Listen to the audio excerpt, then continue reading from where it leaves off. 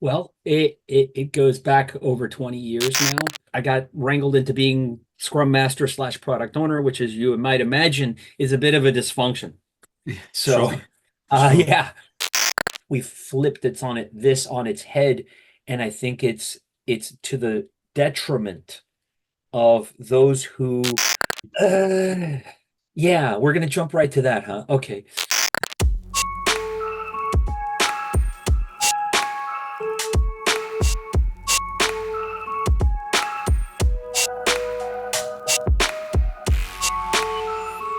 We'd like to express our deepest gratitude to our sponsor Scrumcraft for their unwavering support. Scrumcraft is committed to empowering individuals and teams through their three core services, each designed to drive meaningful and sustainable change. First, Scrumcraft Academy offers cutting-edge training that goes far beyond the basics. They equip you with practical skills in product delivery, design, and leadership, while also helping you seamlessly integrate AI into your business operations. Their focus on real-world application ensures that you're not just learning, but mastering the skills that truly matter. Next, Scrumcraft Consulting provides expert, human-centered guidance tailored to your organization's specific needs. Whether it's agile coaching, product ownership, or transformational leadership, Scrumcraft partners with you to address your unique challenges. Together, they co-create innovative solutions that foster sustainable growth and drive long-term success. Finally, Scrumcraft Coaching is dedicated to unlocking your personal and professional potential. Whether you aim to advance your career, enhance your business acumen, or hone your leadership abilities, their coaching services are tailored to support your unique journey. Scrumcraft believes in nurturing the whole person, ensuring that you achieve not only professional success, but also a balanced and fulfilling life. Thank you, Scrumcraft, for being an essential partner in the ongoing evolution of business agility and for championing human-centric growth. All right. So before we jump into the heart of dysfunction mapping, Marcelo, can you give us and our listeners a quick background on your journey? What brought you to the world of organizational transformation and agility? Uh, well, it goes back over 20 years now. I've been in software development since the early 80s as a profession. I've been tinkering with computers since the mid 70s. Um, but around about 2003, I went to a weekend conference, if you will. It's more like a semi meetup that was sponsored by Microsoft. They call them Microsoft Developer Days. Hmm. And I met up with a friend that I had met up at other conferences. I was part of the ACM, the Association for Computing Machinery, blah, blah, blah. Particularly, it was interesting graphics from, a young age. So I'd visit SIGGRAPH every year for a few years straight. And I bumped into a friend of mine at this Microsoft Developer Days, right around the times that .NET was taking up and stuff like that. And so we got to talking, and he told me, "Hey, look, the company I'm working with up in Orlando, because I'm based in Miami, Florida. We've been using this thing called Scrum to help our teams organize ourselves better and manage the way we work together." I go, "Tell me more." Hmm. At that point, I had taken on a position to lead the user experience team for a medical device company based here Mhm. in Miami. Um, and I worked in user experience for a number of years before when I was at IBM on a few different projects. But anyway, so we sat down. He kind of outlined what his understanding of Scrum was, pointed me at a book that had been published by Mike Beadle and Ken Schwaber, and I was like, okay, I'm going to pick up a copy. And back then, I went to a bookstore. Um, when bookstores were a thing, right? Amazon was Yeah. around, but when bookstores were still a thing, and so they didn't have it on hand, so I had to order it, and I had to wait for a week before they actually called me back and said, "By the way, we've got your book." So I picked it up and I started reading it and stuff, and I started talking to my then manager, Fred, who is no longer with us. So shout out to him. Convinced him to give me a few months to try this out with one of our teams, with our user experience team. And so put this together, and we made some advancements in getting things going and getting things through our usability folks, our training folks, some of our field support folks, to get more feedback about, is this user experience for our folks in the lab and in clinical situations going to make their workflow more effective? And I hate to say it this way, but they actually loved it. Some of them asked if they could demonstrate this to some of our larger customers and stuff. So at that point, we had to go to our VP, get his sign off, because we didn't want to commit necessarily to things. We want to make things releasable, but not committed. And so he's like, well, tell me how you kind of work this out. And so at that point, I went back and I go, well, I took this information that was part of our project plan and I mapped it to this thing called a backlog. We kind of organized it in, iterations. I didn't even use the nomenclature at that point. That we deliver small pieces of it at a time, and go back and update the project plan, because we still had project managers back then. And it was like, so what you're saying is that you can deliver these things in pieces, not all as one thing. And I go, yeah, it took some doing. And he said, okay, we'll give you guys a little bit more carte blanche. And so I got an extension, if you will, at that point, to keep going. But by that point, the guy who had kind of been sort of wrangled as product owner was like, no, I'm a project manager. I don't want to do this anymore. And so, like, I got wrangled into being Scrum Master / product owner, which, as you might imagine, is a bit of a dysfunction. So, Sure. yeah. So over the next intervening years, kept working that organization, took a slight detour through a startup company, but came back. And at that point, we had many teams that had been taking on Scrum and Kanban by that point. So I was, what we like to call in Scrum at Scale, chief product owner, if you will, of that organization. And by that point, I had actually gotten myself my certifications as a Scrum Master, as a product owner, et cetera, et cetera. And the gentleman who I had trained under came down to deliver a class for a client of his and said, hey, you want a co-pilot?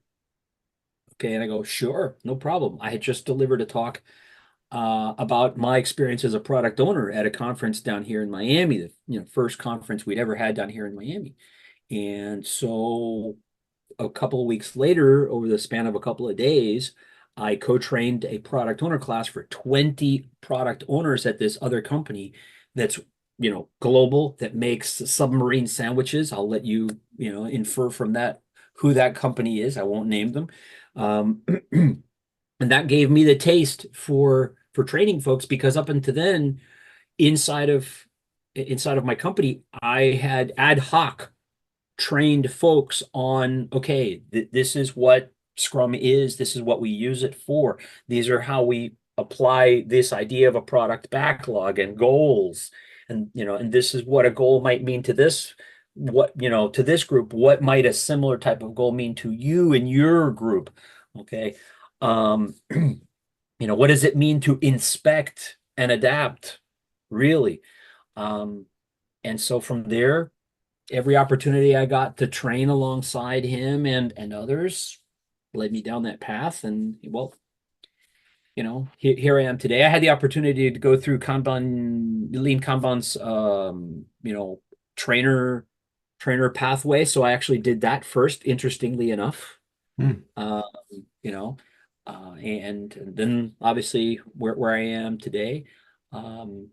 Interestingly, to all this sort of stuff, when I talk to folks about, for example, because I know you're also a Scrum at Scale trainer, I say, it's like, the fact is that this stuff has been around for a lot longer than people realize, even though the Scrum at Scale guide was defined maybe about 8 years ago or so.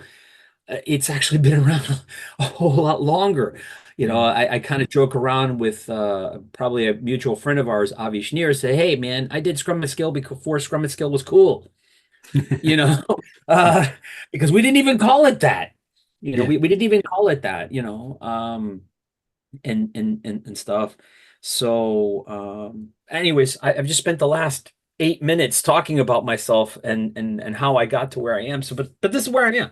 This is how Yeah. I got here. This is how I Yeah. got here. Sorry, long-winded.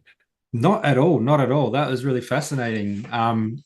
So when you talked about the fact that you had roles as in the product ownership sort of space, and you were delivering training in that area, has that been your focus in Scrum? Is in the product space, the product ownership space, or is it a Uh, combination of different roles? I would say it's more the latter than the former. Mm, Although when I have the opportunity to work with product folks, I'll say it this way, given my journey through software development and into the product space, it somewhat feels like home, mm, if you will, because while I will say this way, I will always empathize with our software developers, our developers of any sort, okay? sure. Because I use the word developer in very generic terms, those who create the product, and that could be anybody. That could be anybody. Um, but when I'm talking about, ownership of a product, I take that to heart because it encapsulates so many different disciplines and Hmm. so many different disciplines that people tend to not realize because they think that there's this dichotomy between product manager and product owner. And I'm like, look, product management is contained in product ownership because when you own your home, you manage the resources of the home. Hmm. Hmm. Okay. It's not the other way around. It's only in certain circles that we've flipped this on its head. And I think it's to the detriment of those who deliver a product, those who create a product, those who guide. Because, for example, my first talk about product ownership was actually titled Product Owners or Product Guardians. Hmm. Okay. And this was when, and I'll be honest, this was when the first when the first Marvel cinematic stuff was coming out, and you had just had the Avengers movie, and they were whispering about Guardians of the Galaxy and all this kind of stuff. And I go, Mm. we are guardians of the product Yeah. as Yeah. product owners. We are guardians of the product.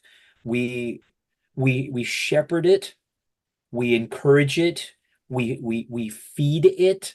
Mm. Okay, but we are guarding the preciousness of what this product that we want to have out there and be accepted and be taken seriously by our customers.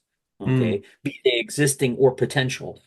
um Mm. and and so for me, product ownership, and in a great way, again, feels like home. Although, as I be quite blunt, developers, I will always empathize with them and those who help developers improve. Mm. So Yeah. that being our Scrum Masters and coaches. So, how did you first get introduced to the concept of dysfunction mapping? Was there a particular moment or project that you? Uh, yeah, we're gonna jump right to that, huh? Okay. Uh, In in in the work of improving the way people work, okay. Um, as a Scrum Master, you acquire skills in all sorts of different disciplines to help your team improve. One of those things that I equipped myself with a long time ago was TPS and Lean. Mm. Okay.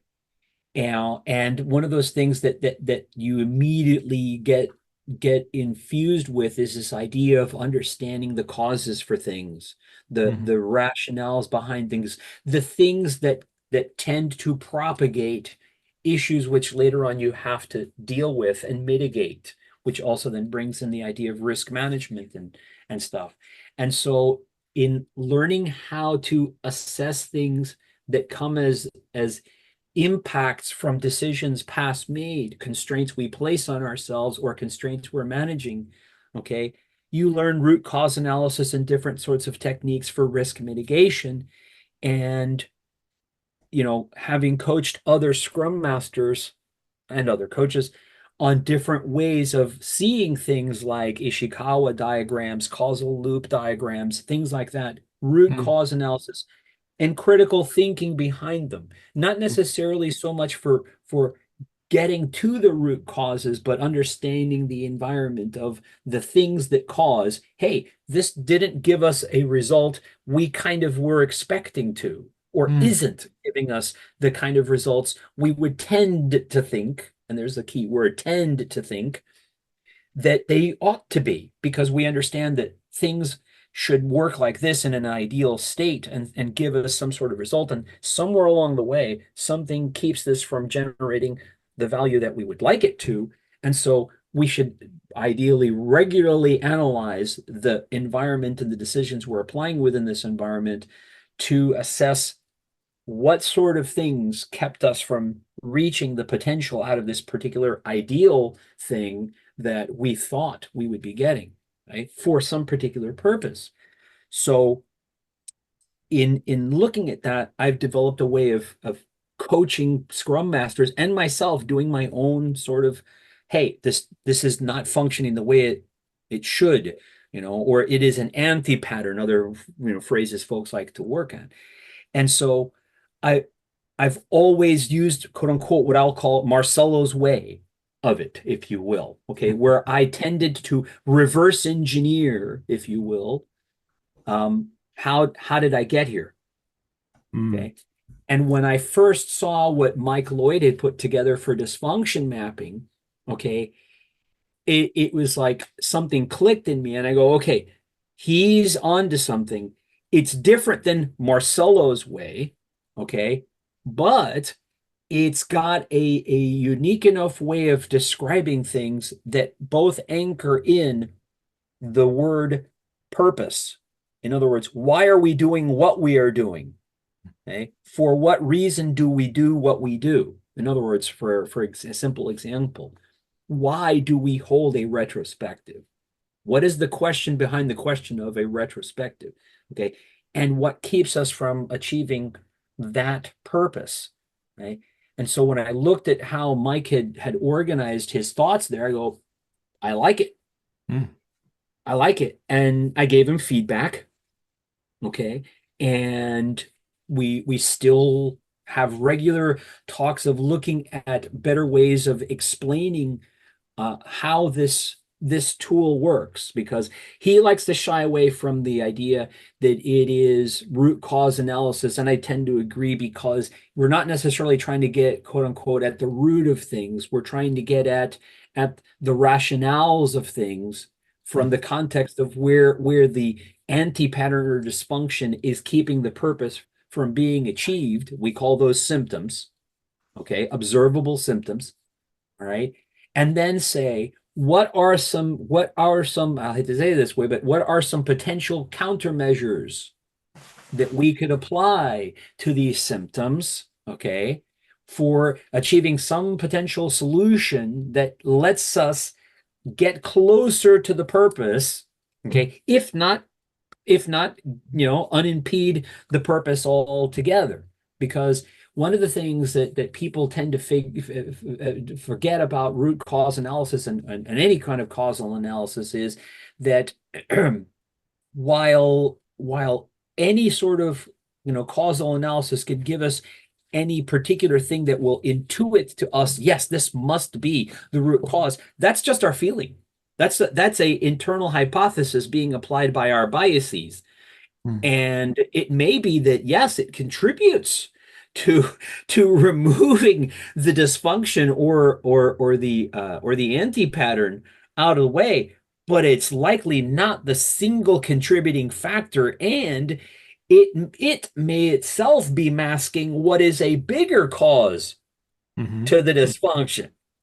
So you've got to look at this as a loop, if you will, for lack of a better phrase, or a series of experiments, experiments that, if the thing that you think is keeping the purpose from being met for something, okay, is ameliorated, it's reduced, it's impacted, the symptoms is either reduced or diminished, that may not necessarily get you to purpose. It may just surface another thing that was the thing behind the thing. Yes. And we may not have seen it in the first place. Mm-hmm. So in a sense, it helps to help you enlighten yourself as to, hey, the path to improvement is itself a journey. Okay? Because the idea behind Kaizen, if you will, which is what this really leads back to, is that you are ever in a, seeking improvement. Okay. You're never done. It's never finished. We are never perfect. I mean, not, I'm going to quote Voltaire, perfect is the enemy of the good enough, if you will. Okay. And so dysfunction mapping as a tool is there to help you on that journey towards better. And what's more, because it's highly visual in its nature, okay, yet relatively simple to grasp. Maybe from the future we can host a dysfunction mapping in an hour. As I've tested it out, it's something that with a good facilitation, people can click into relatively quickly, relatively simply. Obviously, it will take practice, but with practice comes what? Proficiency, right? So, that's the nature of dysfunction mapping, is to help establish a critical thinking approach towards assessing dysfunctions or anti-patterns in the way that we work. And by the way, even though I've used a lot of Scrum terminology, it doesn't matter. We could apply this to Kanban. We could apply this to leadership. Okay. We could apply this to almost any function that could be improved, if you will. Okay. Because any sort of work domain happens to have practices which tend to work well in that domain, but over time may prove to be less valuable and themselves need assessment. And so assessing our practices is, again, a habit that helps us keep a healthy organization running and growing. Okay. So, and would you say that there are a set of, or a common set of themes that are typical dysfunctions that dysfunction mapping acknowledges and tries to name, or is this a case-by-case type of process to dysfunction identification? okay. Not to go, the old joke of, okay, the old joke about ask an Agile coach a question and the generic answer is it depends. Yes. I'm not going to give you the it depends. I'm going to give you the Ken Schwaber answer, which is yes and. Okay. Which is a different way of it depends. Okay. In the workshops that we've held already, we have seen what could be considered patterns emerging for things that tend to be endemic to the body politic of agilists, if you will. Sure. Okay. One of those things is the fact that it is what led up to why we now have dysfunction mapping for leadership. It emerged that what folks have called agile leadership, okay, may not necessarily be what leadership is actually valuable, if you will. Yeah. Okay. It's somewhat emerged that it's more basic, if you will. Okay. It leads in some, for me, I'm going to speak for myself, not necessarily for Mike, but for me, leads back to, in a sense, how management itself is educated and then reinforced. Okay. It comes from our education systems.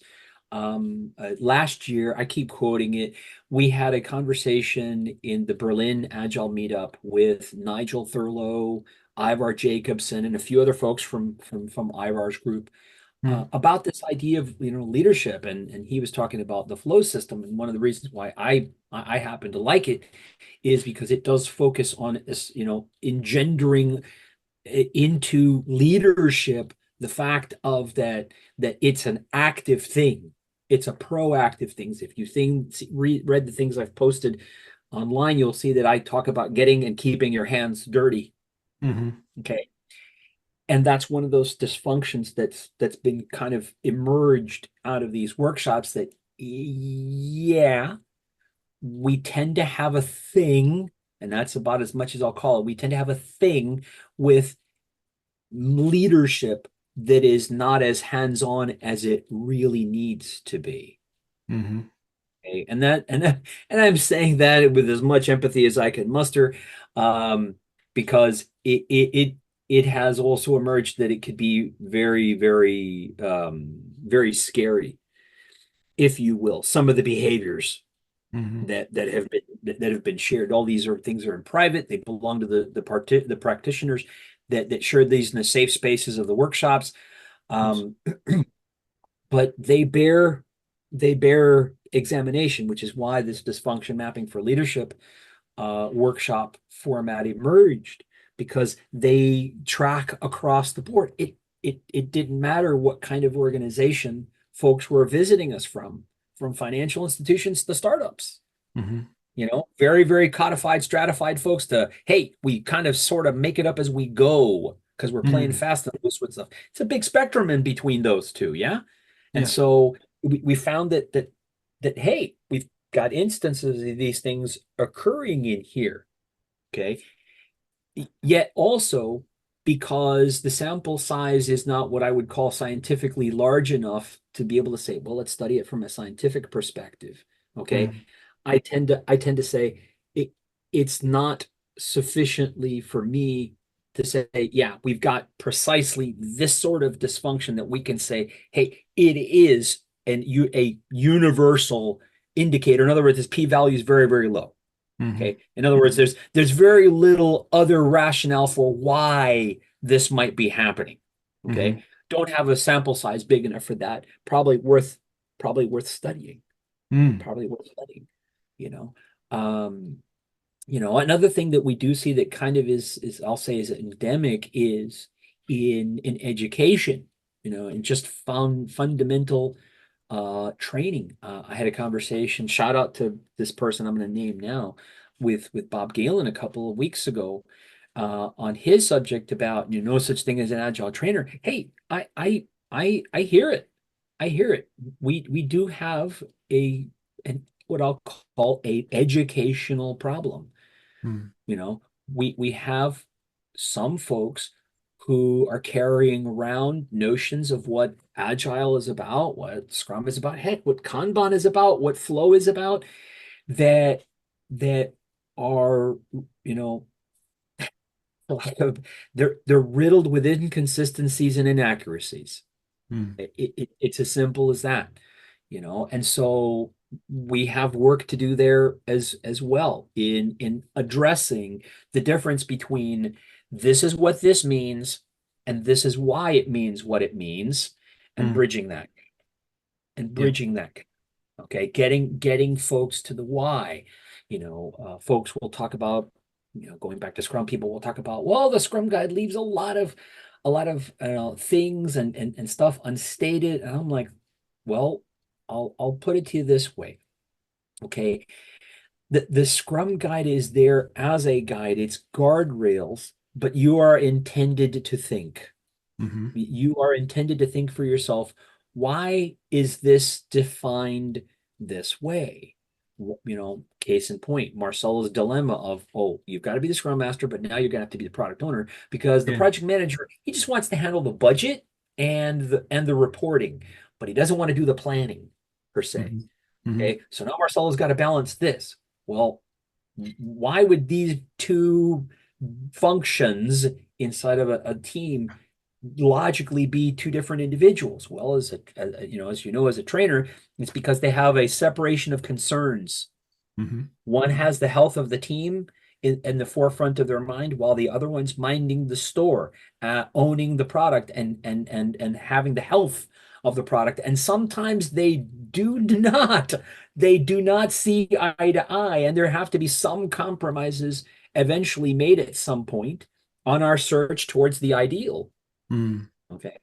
And so that itself is another common thing where organizations will try to conflate that set of functions into one human and Yeah. expect miracles to happen. Yeah. Yeah. And invariably one thing or another suffers. Sure. And Sure. we've seen both. Either Yeah. the product or the team or both. Yeah. Yeah. You know. It So takes a those are particularly the things special that come up. person to be able to put both of those hats on and take them off at the right time. I literally have two hats right next to me. I put them on at will. Yeah. I put them on at will. But it is not a good place to be. And having lived it for a non-insignificant amount of time, I could not help get a Scrum Master to be working with us as a Scrum Master. He also was a developer, to give him his credit, at the same time. So give credit where credit due. So I could move into product ownership. Because shout out to the project managers. I know I give them a lot of grief too, but their job isn't easy, especially if they get the responsibilities of product ownership placed upon them, where they are now becoming accountable for, well, whose decision was it to build this instead of that at this time? That's a tough one. Yeah. That's a tough one. It depends. Especially if you're not used to doing it. Yeah. Especially if you're not used to doing it. If a project manager is not used to applying some of those skills actively, they get rusty. So that could happen to anybody. Absolutely. So that would be a recommendation. Say you want to be a good agile coach, go build a product. Any product, go build a product. Have to wear that product ownership hat. Okay. And if you want to talk about meeting people where they are, having empathy, that will be a learning lesson for you as an agile coach. Go build a product. Go build a product. Okay? Yep. Go build a product. Have to make those decisions yourself, and it will be itself an object lesson in those terms. So yeah, I'll call it this way. It was one of those life experiences that I wouldn't trade for anything. Learned a lot. Still learning a lot. Still learning a lot. Learning. Yeah. Absolutely. So with dysfunction mapping, what are some of the common pitfalls that organizations or individuals will face when they start dysfunction mapping? Because I guess there would be a process involved, and levels of experience will come into play. And how do you avoid falling into those traps? Well, I'll start with the avoiding. Actually, believe it or not, the first step toward avoiding is establishing an understanding. And what I mean by understanding is it's the same way that when you have a team that, even if they've been working together for a while, they've established certain behaviors between them, certain things that go unspoken. And so one of the things that we tend to do as coaches, I'm sure you've done this well, is we need to have a shared understanding of how we are going to do this together, whether you think you know each other and how you work together. Okay.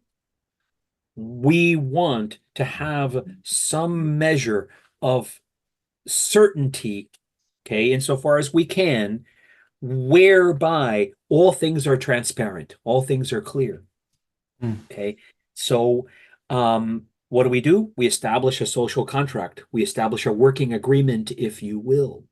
So one of the things when I'm teaching dysfunction mapping, when we're literally about to start and then again finish the workshop, is what is the operating agreement for how we're going to work together? What I tend to be 1970s in it, so I go, okay, what's cool, Jason? What's cool? What behavior is cool? It's okay it's okay for Jason to do this, and Jason to do that, and Jason to say this, and Jason to say that. It's cool. We expect it. Okay. It's acceptable. Great. Mm. Let's flip that coin. What's not acceptable? What's not cool? Right? What is not beneficial for us to say and behave like? Great. All right. How do we hold each other accountable for it? Because these are our accountabilities. Okay. Mhm. I don't care whether you're a Scrum team or a Kanban team or a cricket team.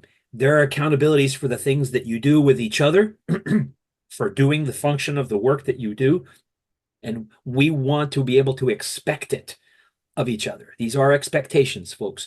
Yes, we can all falter, but we want to be able to have some expectations. And so we establish a working agreement.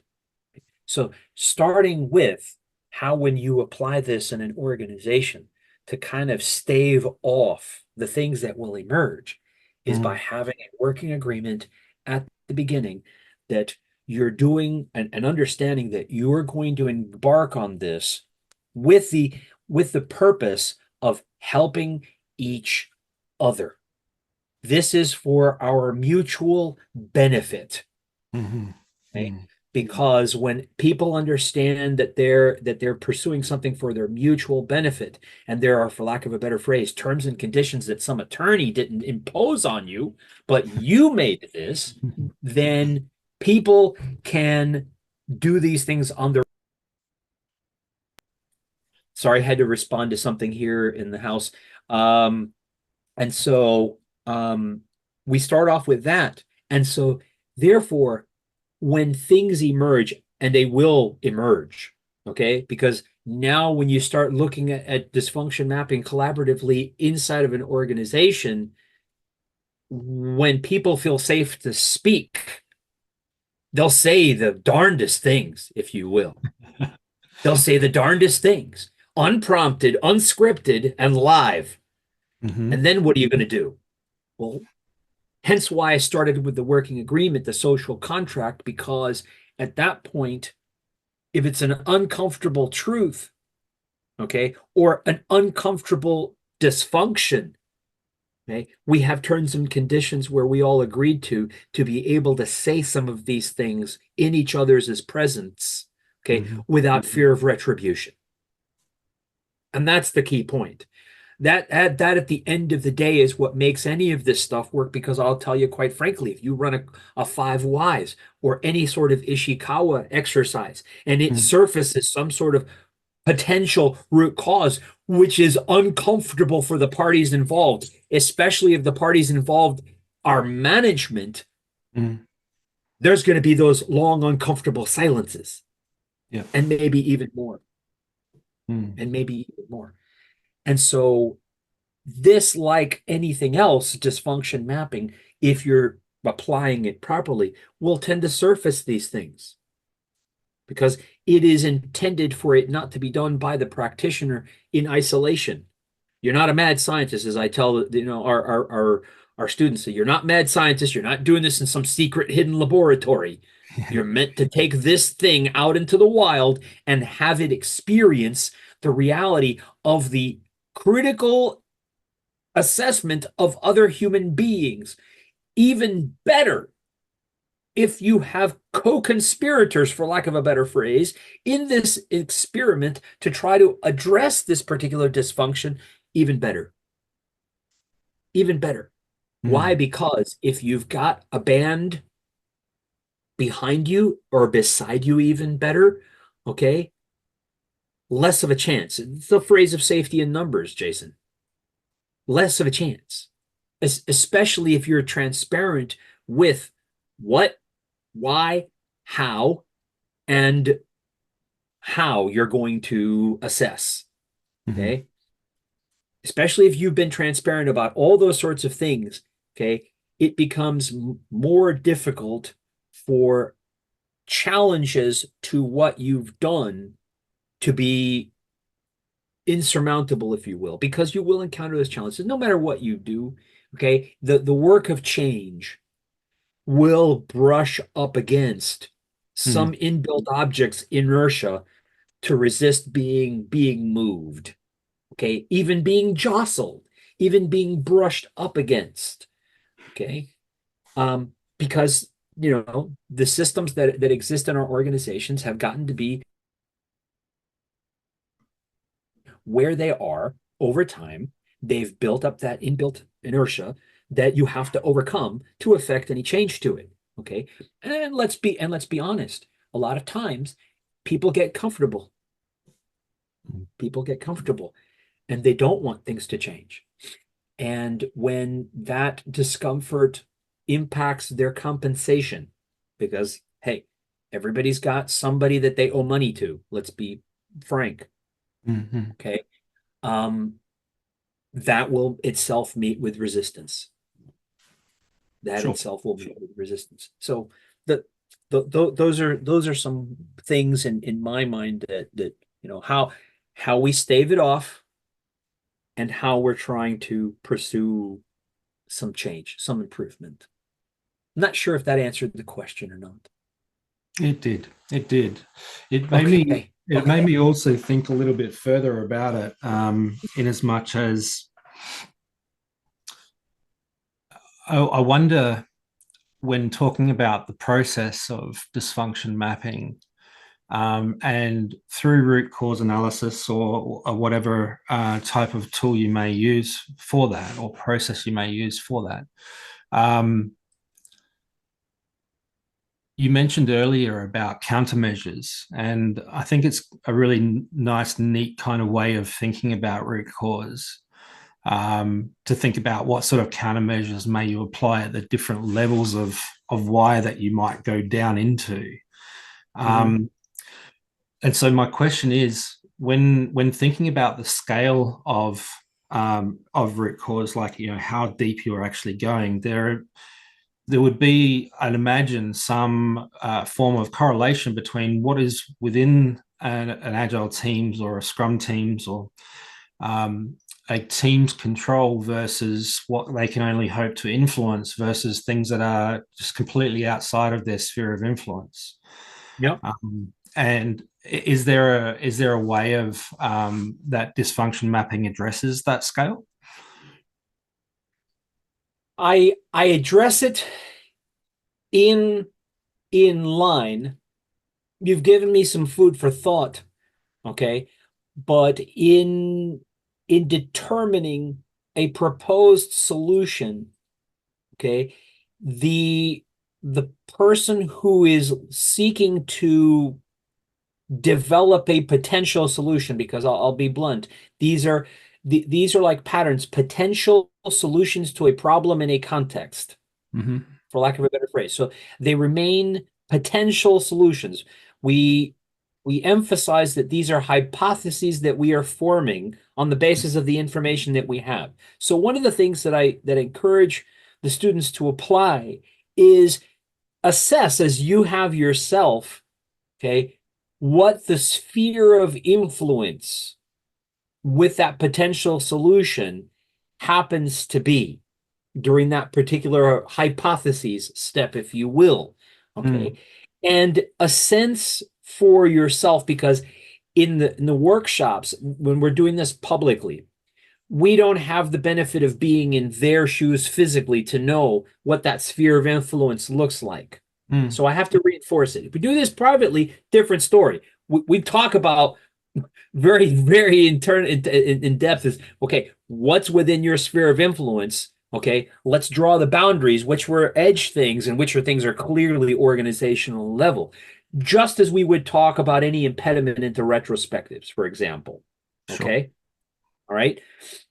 So from the perspective, dysfunction mapping itself doesn't tell you to apply any inbuilt mechanism like that.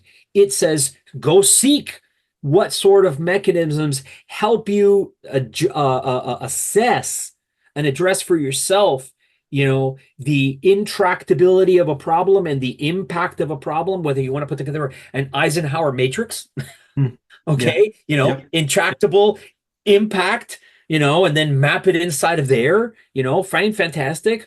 Or whether you want to put together some sort of risk matrix, if you're very project management-ish, and if you want to put together again some sort of form of a risk and actionability sort of thing, apply that sort of measure. It's relatively inclusive. It doesn't point to you should use this, you should use that, you should use this, you should use that. Okay. It's use other tools that you have at your disposal to help you put together what potential hypotheses may be actionable, because that turns around and is part of what, at least when we teach dysfunction mapping, is at the heart of it, is that whatever potential solution you provide, and you could provide a half a dozen different potential solutions to a particular dysfunction to meet some sort of purpose, okay? Whatever you come up with as a potential solution, part of your thinking should be what's actually actionable sooner than later. That we do reinforce. This is not meant to, I mean, it's going to look pretty. Yeah, you can have a very nice looking dysfunction map, but it's not useful if we're not taking action. So part of the thinking is some measure of actionability. Okay.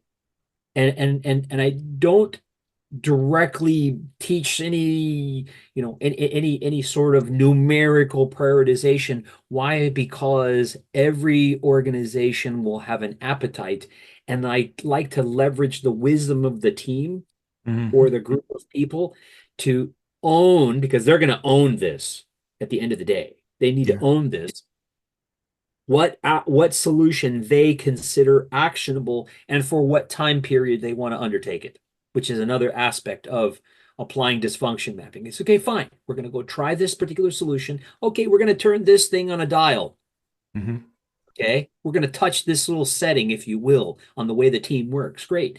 All right. Well, how long do you want to see if it's actually having the intended effect, so that while you're doing or not doing something, you can measure this impact somehow, so that if you need to either dial back or dial up something else, you're not just going to sit it and forget, set and forget it. It's not like a thing on a timer. You need to watch what's going on, right? You may want to undo it. You might want to dial it back and dial something else in, or you might want to dial something in together and tweak the two of them together, right?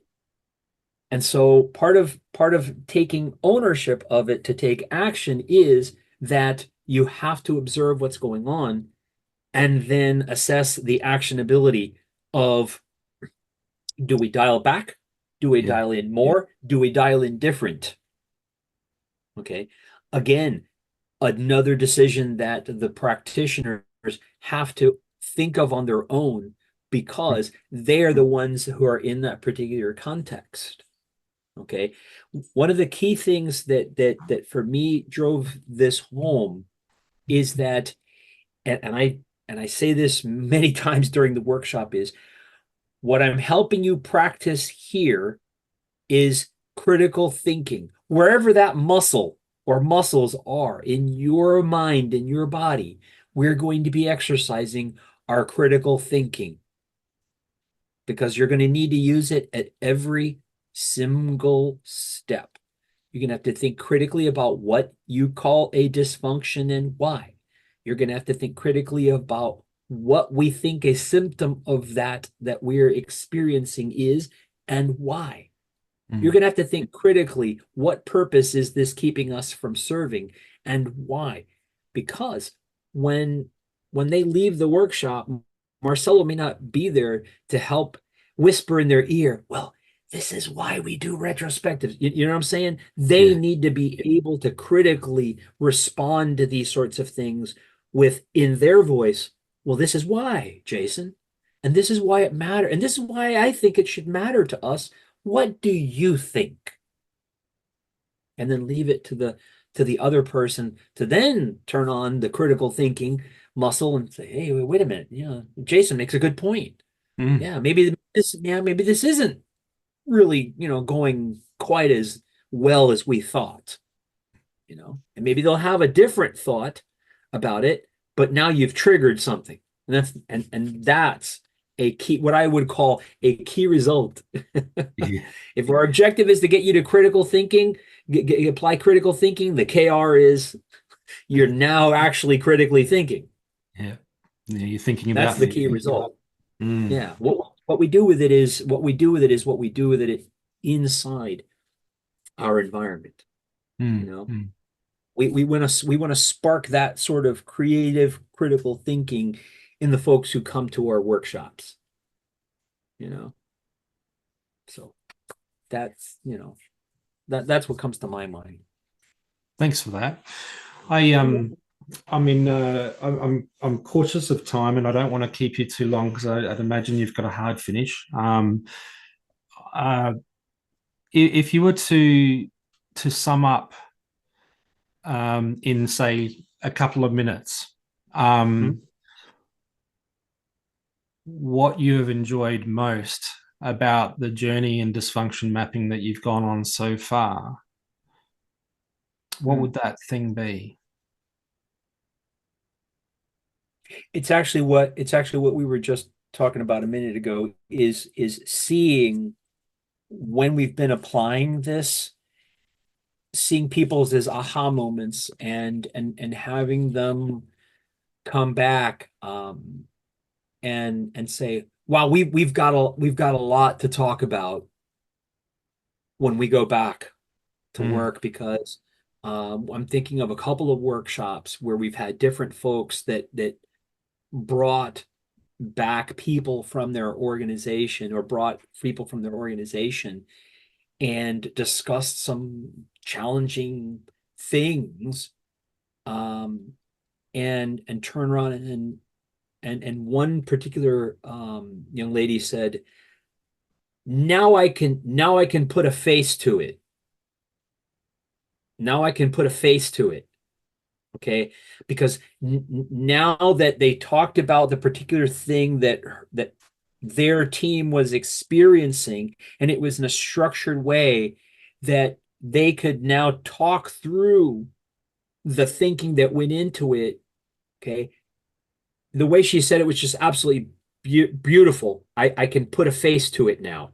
mm. That for me was like, okay, I had a good day. No matter what all the other crummy things happened to me that day, that was a good day. And I actually turned around and said that to Mike afterwards. I go, Mike, did you notice the moment when so and so said, I can put a face to it now. I can put a face to dysfunction. And he was kind of like, what? Yeah, I go, yeah. I go, that was for me, that was gold. It was worth the price of admission. You know, the fact that someone felt that they were now empowered because they could put a face to the dysfunction that she and her team were experiencing. You know, that for me as a facilitator, as a trainer, as a coach, in quotes, that makes the work I do so better than an award for Mhm. me. The fact that I'm compensated for that sort of stuff is great, but professionally, that's the part that I find most rewarding is when That's, somebody's just like, wow, yeah, I can put a face to that. there you That's go. that's, that's bloody There's a quote brilliant. in Yeah, big lights. That's what you're going to be putting up on your wall behind you, isn't it? It's like I've yeah, now I put can. this. You know what? That might not be a bad idea. That might not be a bad idea. Order a little neon sign that says that. Yeah, Yeah, cool. Thank you for that. there you go. Yeah, I'm looking forward to seeing that it. might actually, that might actually, that might actually do it. Yeah, put a face to your dysfunction. There's something there. There's something there. There's This something definitely there. Marcelo, this has been really insightful. I'm sure that our listeners would be keen to learn a little bit more and dig and dive deeper into the work that you do, whether that's dysfunction mapping or in the other areas of the work that you provide and help that you provide. Where can they reach out to you if they wanted to? Oh, they can look for me on LinkedIn. Marcelo Lopez Jr. Just put in that name into LinkedIn, and I'm sure I'll come in the top 10 list of suspects. I'm sure. Um, and connect with me there. please do reach out on LinkedIn. And if you find that your listeners would benefit from one of these early in the day sort of meetups, then try dysfunction mapping in an hour. I'd be more than happy to facilitate that for you guys. Nice work. Nice work. Yeah, we'll take you up on that. And we'll also include your link to LinkedIn. Oh, thank you. Appreciate that. In the Appreciate comments that. so that people can find you easily. And thanks for joining us on Agility at Scale.